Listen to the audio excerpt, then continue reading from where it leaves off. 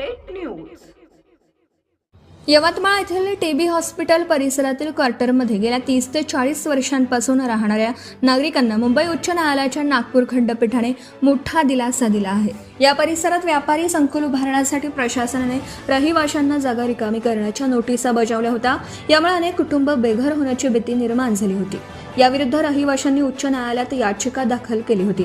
रहिवाशांच्या वतीने ॲडव्होकेट वैभव गोविंद एडके आणि ॲडव्होकेट ऋषिकेश एस भोयर यांनी कोर्टात प्रभावीपणे बाजू मांडली। अचानक बेदखल केल्यास नागरिकांचे मूलभूत हक्क आणि निवारा धोक्यात येईल हा मुद्दा त्यांनी कोर्टाच्या निदर्शनास आणून दिला।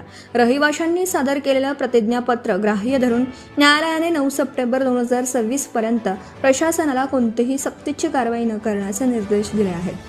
न्यायालयाच्या या निर्णयामुळे अनेक कुटुंबांना मोठा दिलासा मिळाला असून आता प्रशासनाने मानवी दृष्टिकोन ठेवून तात्काळ पर्यायी पुनर्वसनाचा निर्णय घ्यावा अशी मागणी रहिवाशांनी केली आहे।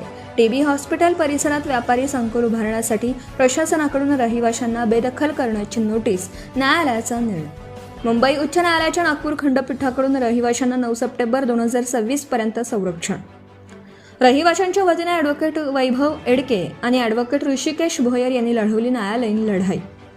तात्पुरता दिलासा मिळाला असला तरी प्रशासनाने मानवी दृष्टिकोनातून हक्काच्या पुनर्वसनाची सोय करावी। मुख्य संपादक सय्यद मतीन। दिनांक 9/6/2026 रोजी यवतमाळचे उपविभागीय अधिकारी साहेब